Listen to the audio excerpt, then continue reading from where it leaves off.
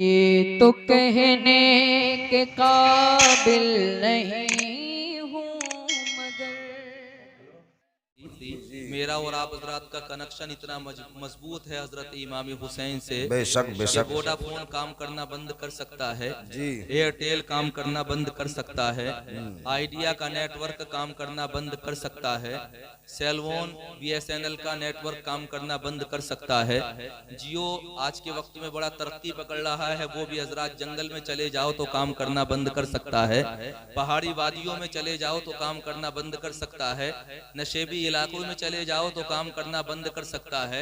लेकिन ये मोहब्बत हुसैन है, ये कहीं काम करना बंद नहीं करती। नशेब के इलाके में रहोगे तब भी मोहब्बत इमाम हुसैन साथ है, फराज के इलाके में जाओगे तब भी मोहब्बत इमाम हुसैन साथ है, खेती खलियान में जाओगे तब भी मोहब्बत इमाम हुसैन साथ है, बिजनेस के मैदान में जाओगे तब भी मोहब्बत इमाम हुसैन साथ है, गाँव में रहोगे तब भी मोहब्बत इमाम हुसैन साथ है, शहर में रहोगे तब भी मोहब्बत इमाम हुसैन साथ है। हम तो ये कहना चाहते हैं कि जमीन के ऊपर रहें तब भी हुसैन की मोहब्बत साथ में हो, और जब जमीन के अंदर जाएं तब भी मोहब्बत इमाम हुसैन साथ में हो, और रात कब्र से जब मैदान महशर में पहुंचे तब भी मोहब्बत इमाम हुसैन साथ में हो।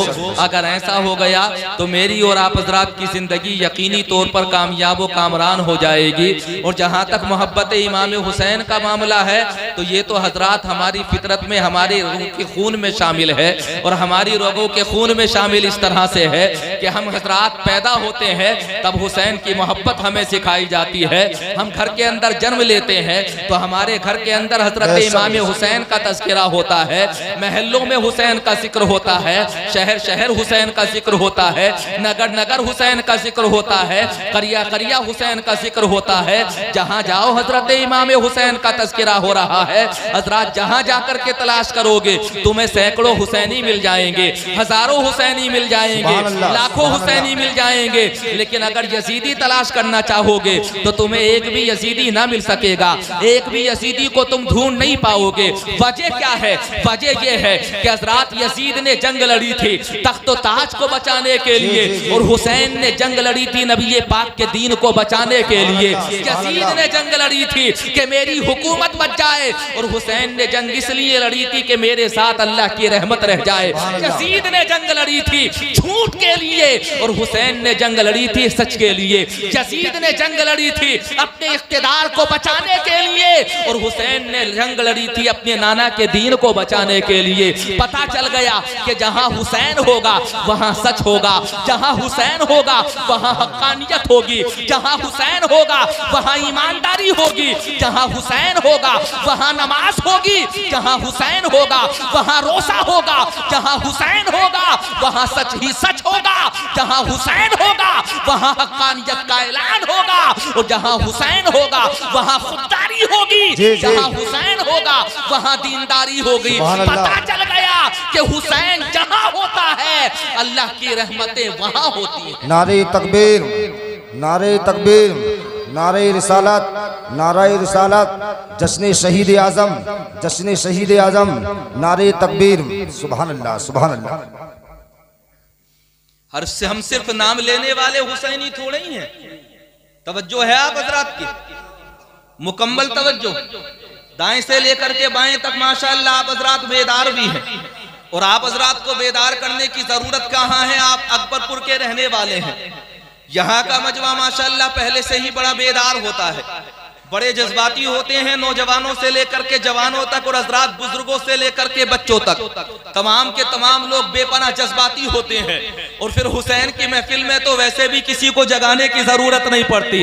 अरे मियाँ वो कैसा हुसैनी है कि जिसे जगाने की जरूरत पड़े? हुसैनी तो वो होता है कि अगर वक्त सहर भी होता है तो उसे नींद नहीं आती, बल्कि हजरात उसे चैनो करार तब आता है जब वो अल्लाह का तज़किरा करता है, अल्लाह का जिक्र करता है, अल्लाह तबारक व तआला की रज़ा हासिल करने की कोशिश करता है। अगर वाकई हुसैनी हो तो आज अज़्म करके जाना, इरादा करके जाना कि हुसैन हमने आपकी गुलामी का पट्टा अपने गलों के अंदर डाल लिया है, और जब अपने गलों के अंदर हमने आपकी गुलामी का पट्टा डाल दिया है तो इंशाअल्लाह हम सिर्फ नाम के हुसैनी नहीं बनेंगे बल्कि काम के हुसैनी बनेंगे, और काम के हुसैनी इस तरह से बनेंगे कि जिंदगी में नमाजें भी पढ़ेंगे, नजरो नियाज अपनी जगह पर है, नारे तकबीर और रिसालत की सदाएं अपनी जगह पर है, हजरत मोहतरम हुसैन का नाम लेकर के नारे बुलंद करना ये अपनी जगह पर है, और हुसैन को याद करते हुए अल्लाह की रजा हासिल करने के लिए नमाजें अदा करना ये अपनी जगह पर है। इसलिए ये अज़्म करके जाना कि जिंदगी भर हुसैन को भी याद करेंगे। जब हुसैन हजरत जिंदगी के आखिरी वक्त में नमाज को नहीं भूले तो फिर हुसैन के गुलाम भी नमाज को नहीं भूलेंगे। अज़्म ये करके जाना कि इंशाअल्लाह नमाज पढ़ते रहेंगे और नमाजों की पाबंदी करते रहेंगे। मेरा यकीन ये कहता है अगर ये अज़्म करके आप हजरात गए तो आपका आना भी कामयाब है, यहाँ पर बैठना भी कामयाब है, मजलिस इमाम हुसैन में आना भी आप हजरात का कामयाब है, यहाँ पर वक्त देना भी आप हजरात का कामयाब है। और इस तरह से कामयाब होगा कि दुनिया में रहोगे तब कामयाब रहोगे और मैदान आखिरत में पहुंचोगे तब इंशाअल्लाह कामयाब व बामुराद रहोगे। सुभान अल्लाह, सुभान अल्लाह, बहुत जिंदाबाद, माशाअल्लाह। मौलाना सईद अनवर साहब पहले ही बहुत कोशिशें कर चुके हैं, जी, बड़ी मेहनतें की हैं आपने माइक को सेट कराने में, और आप तो मेहनतें कर रहे हैं। जब से हम आए हैं बराबर देख रहे हैं, लगे हुए हैं, लेकिन इसकी सीटी का क्या करें। इंशाअल्लाह ये सीटी भी दब जाएगी, घबराने की जरूरत नहीं है। जहां दीवानगाने हुसैन होते हैं वहां दुनिया की बड़ी बड़ी ताकतें दब जाती हैं, हजरात मोहतरम बड़ी बड़ी ताकतें ज़ेर हो जाती हैं। तुम तो सिर्फ माइक की सीटी की बात कर रहे हो, अगर मैदान करबला की तारीख उठाकर के देखोगे तब पता चलेगा कि 22,000 से 72 ना दब सके, और 22,000 हजरात 72 के सामने ऐसे शेर हो गए कि गर्दने 22,000 की बची। हजरात मोहतरम लश्कर 22,000 का बच करके गया मैदान करबला के अंदर। बज़ाहिर हजरात फतेह 22,000 को मिली, लेकिन दुनिया वालों को यह पता चल गया कि मैदान करबला में गर्दन बचाने वाले कामयाब नहीं हुए, बल्कि मैदान करबला में गर्दन कटाने वाले कामयाब हुए। सुभान अल्लाह, सुभान अल्लाह, बेशक।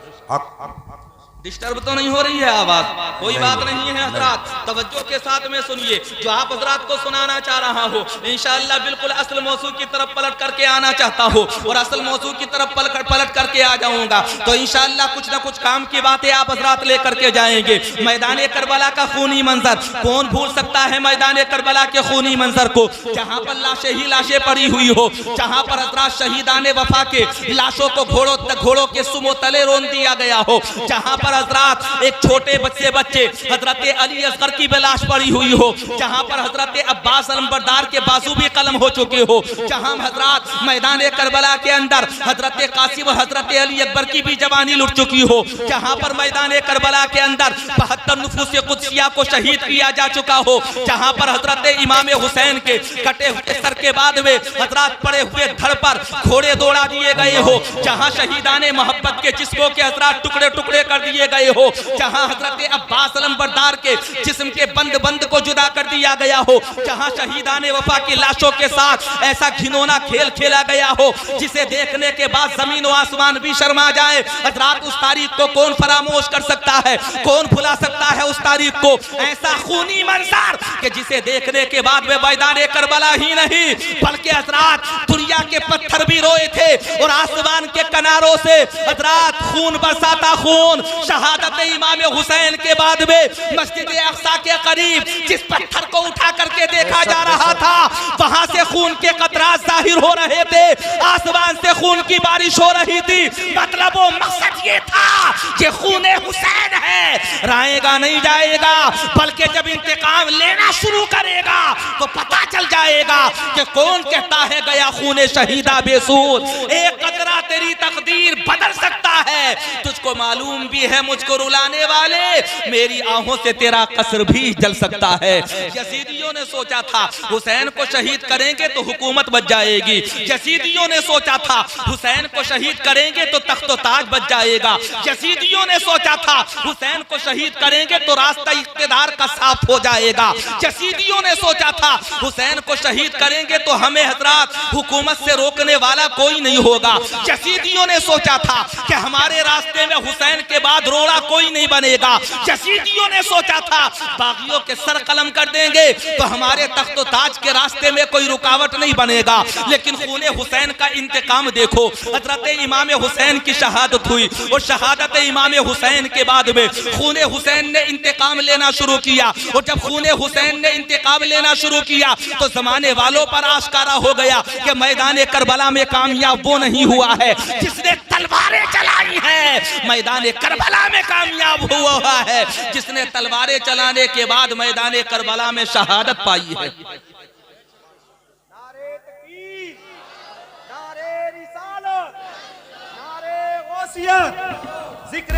हेलो हेलो, जिंदाबाद जिंदाबाद जिंदाबाद, सुभान अल्लाह सुभान अल्लाह। शहादत इमाम हुसैन के बाद के मुख्तलिफ वाक़यात आप हज़रात मुकर्रिरीन और खुतबा की ज़बानी सुनते रहते हैं। शहादत इमाम हुसैन के बाद खैमा हुसैन को जलाया गया, हजरत इमाम हुसैन के खैमों को आग लगा दी गई और हजरात लूटने के इरादे से यजीदी आगे बढ़े। उनका ख्याल ये था कि हुसैन के खैमे में जाएंगे तो बेपनाह मालो दौलत हाथ लगेगी। वो ये सोच रहे थे हुसैन के खैमे में जाएंगे तो हीरे जवाहरात हाथ लगेंगे। उनका गुमान ये था कि हुसैन के खैमे में जाएंगे तो सोने और चांदी के बटन मिलेंगे। उनका ख्याल ये था कि हुसैन के खैमे में जाएंगे तो दिरहम और दीनार हाथ लगेंगे। उनका गुमान ये था कि हुसैन के खैमे में जाएंगे तो अमीर हो जाएंगे। लेकिन खैमे हुसैन में पहुंचे तो मिट्टी के बटन नजर आए, खैमे हुसैन में पहुंचे तो मुसल्ला नजर आया, खैमे हुसैन में पहुंचे तो तस्बीह नजर आई, खैमे हुसैन में पहुंचे तो सजदों के निशान नजर आए, खैमे हुसैन में पहुंचे तो हजरात बापर्दा सज्जदानियां नजर आई, खैमे हुसैन में पहुंचे तो हजरत इमाम हुसैन के खैमों में सादगी नजर आई, खैमे इमाम हुसैन में पहुंचे तो देखने के बाद में हैरत में रह गए कि हुसैन के खैमे में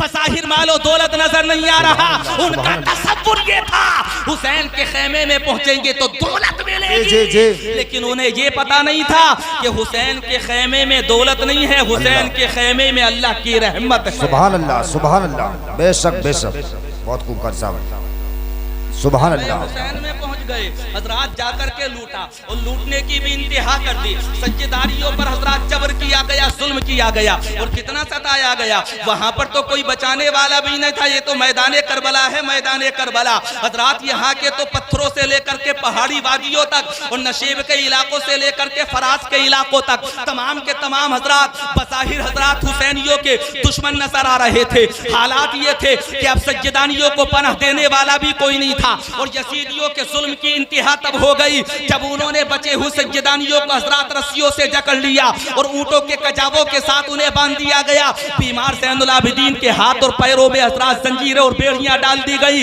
हजरात और जंजीरें बेड़ियां बांधने के बाद हजरत इमाम ज़ैनुल आबिदीन को हजरत मोहतरम एक ऊंट के साथ कजावे से बांध दिया गया। कजावे से बांधने के बाद में ये लोग ढोल और ताशे बजाते हुए नाच गाने करते हुए आगे बढ़ने लगे। नारा लगा रहे थे कि हमने एक बागी के सर को कलम कर दिया है, नारा लगा रहे थे कि हमने मैदान करबला के अंदर हुसैनियों को ज़ेर कर दिया है। आवाज बुलंद कर रहे थे कि कोई भी यजीदी मैदान करबला से बच के नहीं जा सका। हजरात ये उनका गुमान था, उनका गुमान, और इसी गुमान के तहत इनाम व इकराम के लालच में वो आगे बढ़ते चले जा रहे हैं। नगारे बजाते हुए, ढोल ताशे बजाते हुए आगे बढ़ रहे हैं और हजरात एहसास दिलाना चाहते हैं कि हम कामयाब व बामुराद हो गए। लेकिन हजरात कूफे का बाजार आया और जैसे ही कूफे का बाजार आया तो सरे इमाम हुसैन जो नोके नेज़ा पर बुलंद कर लिया गया था, अचानक वो सरे इमाम हुसैन कुरान करीम की आयत की तिलावत करने लगा। इधर कुरान करीम की आयत की तिलावत की आवाज सरे इमाम हुसैन से बुलंद हुई, उधर दुनिया वालों को पता चल गया कि कामयाब वो नहीं होता जो गर्दन कटाता है, कामयाब वो होता है जो नोके नेज़ा पर भी चढ़ कर के कुरान सुनाता है। कौन कहता है कि हजरत इमाम हुसैन नाकाम नामुराद हो गए? चलो तारीखी सफात उठा करके देखो। अरे मियाँ तुम तो तलवार की बात करते हो, तुम तो हजरात जोरे कुव्वते बाजू की बात करते हो, तुम तो ताकतों की बात करते हो, तुम तो फौज की बात करते हो, हथियारों की बात करते हो, तुम तो मुसल्लह अफराद की बात करते हो। चलो सरे इमाम हुसैन की करामतें देखो और सरे इमाम हुसैन की करामतें देखने के बाद फैसला करना हजरात के सरे इमाम हुसैन को अल्लाह तबारक व तआला ने कितनी इज्जत व तकरीम अता फरमाई थी। कहीं सरे इमाम हुसैन पहुंचा तो कुरान पढ़ा और कहीं जाकर के सरे इमाम हुसैन रखा गया। राहिब ने देखा तो मचल करके पूछने लगा कि ये कटा हुआ सर है किसका। और जब कटे हुए सर के बारे में कहा गया कि ये कटा हुआ सर है किसका, तो जालिम यजीदियों ने बताया कि ये सर किसी और का नहीं, नवासे रसूल का है। सुभान अल्लाह।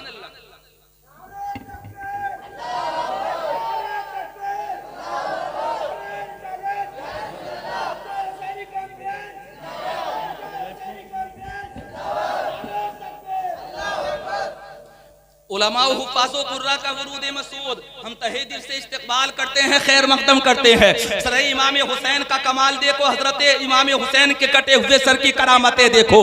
कहीं कटा हुआ सर गया तो कुरान पढ़ा और कहीं कटा हुआ सर गया तो हजरात बेदीनों को दीनदार कटे हुए सर ने बना दिया। हजरात लेकर चले थे यजीदी कटे हुए सर को हजरत इमाम हुसैन के रास्ते में एक जगह जाकर के पड़ाव किया। जब वहां जाकर के पड़ाव किया तो एक राहिब ने बाहर निकल करके आकर के देखा गिरजाघर से, और हजरात चेहरे इमाम हुसैन को देखने के बाद, कटे हुए सर को देखने के बाद वे पूछने लगा कि ये कटा हुआ सर है किसका। एक यजीदी ने बताया कि ये नवासे रसूल का सर है, इमाम हुसैन का सर है। हजरात राहिब ने सुना तो सुनने के बाद में महवे हैरत रह गया, कहने लगा ताज्जुब है मुझे तुम्हारी जिंदगी पर, हैरत की बात ये है कि मैं हजरत दाऊद की नस्ल में से हूँ, औलाद में से हूँ। आज तक लोग मेरा बेपना बड़ा अदब एहतराम करते हैं और तुम्हारा मामला ये है कि तुमने नवासे रसूल के सर को काट दिया, कलम कर दिया। उसके बाद में फखरिया कह रहे हो कि ये हजरत इमाम हुसैन का कटा हुआ सर है। राहिब ने कहा तुम्हें इसके बदले बेपनाह मालो दौलत दी जा सकती है, सिर्फ एक रात के लिए सर इमाम हुसैन मुझे दे दो। बताना चाहता हूँ मैं, लोगों समझो, अगर सच्चे हुसैनी हो तो आवाज क्या आती है हजरत इमाम हुसैन के सर से। हजरत इमाम हुसैन की तुरबत मुतहरा से आवाज क्या कहते हैं, आवाज क्या आती है, नजरो नियाज खाने वालों, नियाज अपनी जगह पर है, नमाज अपनी जगह पर है, करामतें और वाक़यात अपनी जगह पर है और अल्लाह की इबादत अपनी जगह पर है। अगर नज़्र नियाज का एहतिमाम करते हैं तो कभी हुसैन के तसव्वुर में ये भी सोचना कि हुसैन ने आखिरी वक्त में भी नमाज नहीं छोड़ी थी।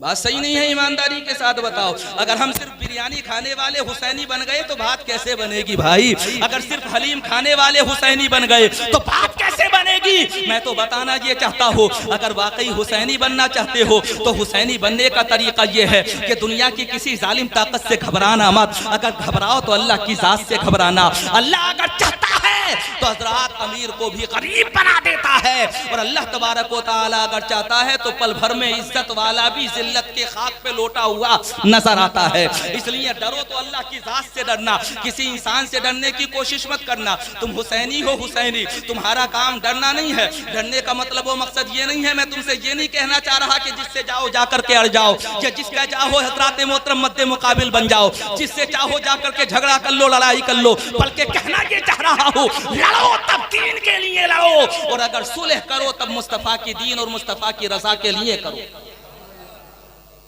इसी में तुम्हारी बेहतरी और इसी में तुम्हारी कामयाबी है। हजरत इमाम हुसैन का कटा हुआ सर राहिब ने कहा था दे दो, एक रात के लिए दे दो सिर्फ। हजरत यजीदियों ने कहा बदले में क्या मिलेगा। राहिब ने कहा क्या चाहते हो। हजरत यजीदियों ने कहा एक रात के लिए रखना चाहते हो तो कुछ ना कुछ तो दो बदले में। हजरत इमाम हुसैन के कटे हुए सर के बदले राहिब ने एक रात रखने के लिए मांगा और बदले में तकरीबन 10,000 दीनार दे दिए। यजीदियों को मिले 10,000 दीनार और 10,000 दीनार लेने के बाद में बेपना खुश हो गए। खुश होने के बाद में कहा था हैरत हो रही है राहिब तुम्हारे ऊपर, सिर्फ एक रात के लिए कटा हुआ सर रखोगे, न धड़ पास में है, न तुम्हारा इस सर से कटे हुए से कोई ताल्लुक है, न तुम्हारा कोई रब्त व ज़ब्त है, फिर भी एक रात के लिए तुमने 10,000 दीनार दे दिए। राहिब ने सुना तो सुनने के बाद में कहा था तुम क्या समझ रहे हो मैंने सौदा बड़ा महंगा किया है। यजीदियों ने कहा हाँ सौदा बड़ा महंगा मिल रहा है, एक रात के लिए सर इमाम हुसैन लेकर के जा रहे हो, बदले में 10,000 दीनार दे करके जा रहे हो। हैरत इस बात पर हो रही है सुबह होगी तो कटा हुआ सर हमारे हवाले कर दिया जाएगा, तुम अपने रास्ते पर चले जाओगे, हम अपने रास्ते पर चले जाएंगे। राहिब ने कहा था यही तो तुम नहीं समझ पा रहे हो, तुम कह रहे हो कि सौदा सस्ता हो गया, मैं ये कह रहा हूँ कि तुम्हें पता ही नहीं कि सर इमाम हुसैन की कीमत क्या है। अरे तुम 10,000 दीनार की बात करते हो, अगर तुम मुझसे जिंदगी भर की कमाई मांगते तो कटे हुए सर के एक रात अपने पास रखने के लिए जिंदगी भर की कमाई दे देता और तुम्हें ये बता देता कि जहां सर इमाम हुसैन होता है अल्लाह की रहमतें और बरकतें वहां पर होती हैं। इसे कहा जाता है मोहब्बतें। हजरात ले लिया सर और सर लेने के बाद में पहुंच गया गिरजाघर के अंदर, लेकिन चेहरे हुसैन पर नजर क्या पड़ी थी, दिल की दुनिया ही बदल गई। इनकलाब सा आ गया जिंदगी के अंदर, हैजानी कैफियत तारी हो गई। आंखें ये कह रही थी अब जब बरस जाएंगी तो बरसते हुए रुकेंगी नहीं। हजरात दिल ये कह रहा था कि अब दिल के आंसू थमने वाले नहीं है। चेहरे इमाम हुसैन देखा, गिरजाघर के अंदर गया, उस कमरे को खोल लिया गया जो मुद्दतों के बाद में मखसूस इबादत के लिए खोला जाता था। वो कमरा हजरात जिसमें बराबर लोबान जलता रहता था, खुशबुओं से मुअत्तर रहता था जो वो कमरा, उस कमरे को खोल लिया गया। उस कमरे के अंदर जो मखसूस जगह थी बुलंदो बाला, उस मखसूस जगह पर सर इमाम हुसैन को रख लिया गया। और रखने के बाद राहिब ने कभी गेसुए इमाम हुसैन को सवारा, कभी हजरत इमाम हुसैन के चेहरे पर जो गर्दो गुबार लगा हुआ था उसे साफ किया, कभी हजरत इमाम हुसैन के कटे हुए सर को मुश्क ज़ाफरान से धोया, कभी हजरत इमाम हुसैन की आंखों को साफ किया, आंखों की पलकों को साफ किया, पुतलियों को साफ किया। जिधर देख रहे थे हजरत मोहतरम सर इमाम हुसैन के अंदर नूर ही नूर नजर आ रहा था। चेहरा साफ कर रहा है, गर्दो गुबार साफ कर रहा है और बराबर रोता चला जा रहा है। रोएगा कैसे नहीं, गेसुओं को साफ कर रहा है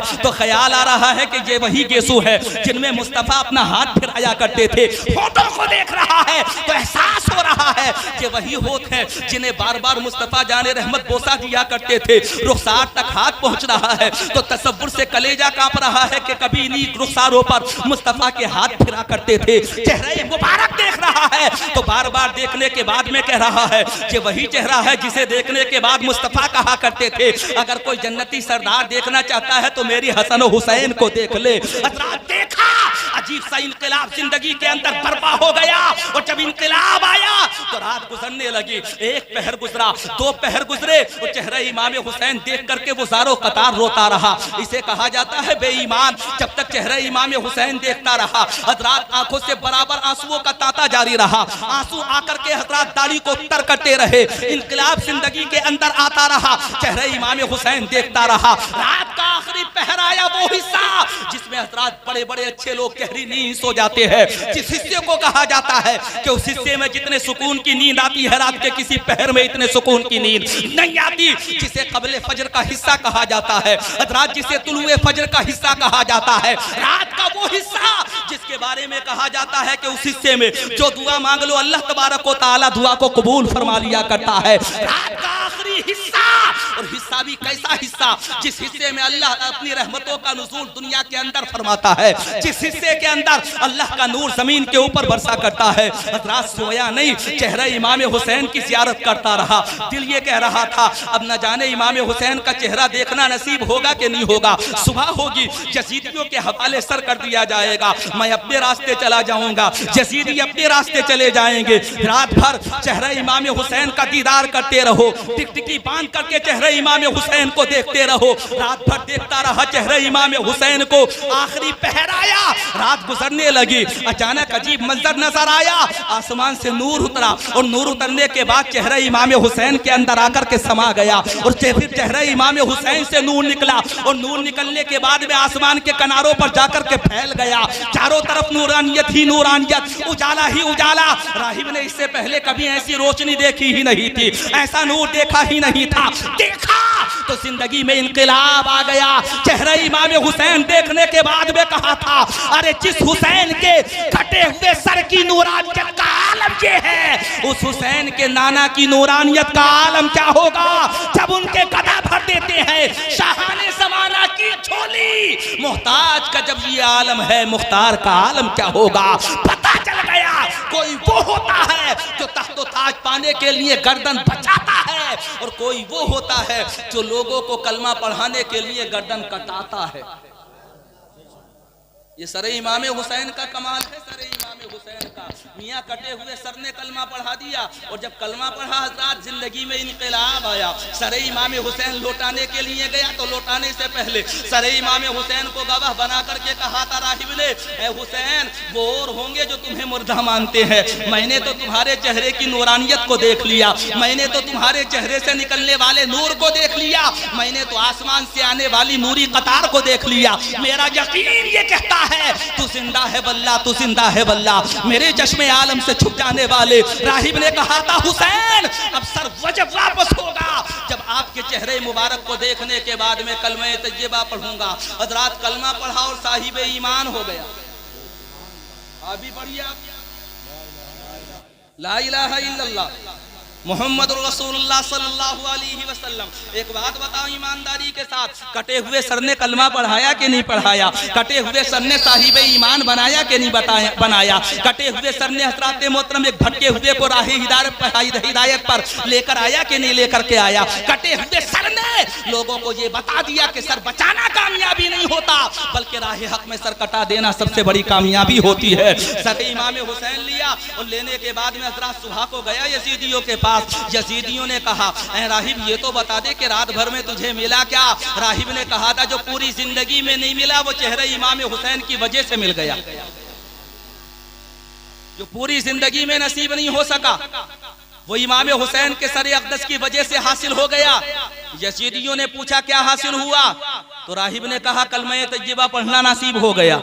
यजीदियों ने पूछा कैसे पढ़ा कलमा? तो हजरत राहिब ने कहा था ऐसे पढ़ा कि मैंने हुसैन के चेहरे के अंदर नूर आते हुए देखा आसमान की तरफ से और हुसैन के चेहरे से निकल करके नूर को आसमान की तरफ जाते हुए देखा। इस वजह से मैं कलमा तय्यबा पढ़ करके मुसलमान हो गया।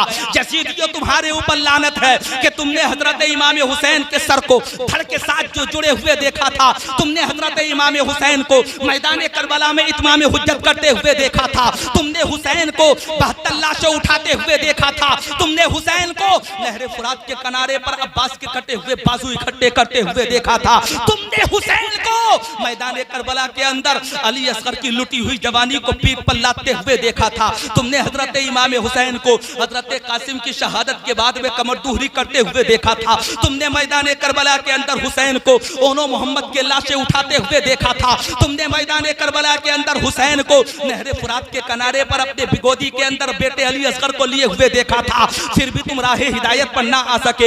ये तुम्हारी बदबख्ती थी बदबख्ती और मेरी खुशबख्ती ये है, मेरी नेकबख्ती ये है, ये मेरी सआदतमंदी है कि चेहरे इमाम हुसैन सरे इमाम हुसैन देखने के लिए क्या मिला? अल्लाह ने मुझे दौलत ईमान से मुशर्रफ फरमा दिया। पता चल गया कि हुसैन की मोहब्बतें राह हिदायत पर रहने की सच्ची अलामत और निशानी है।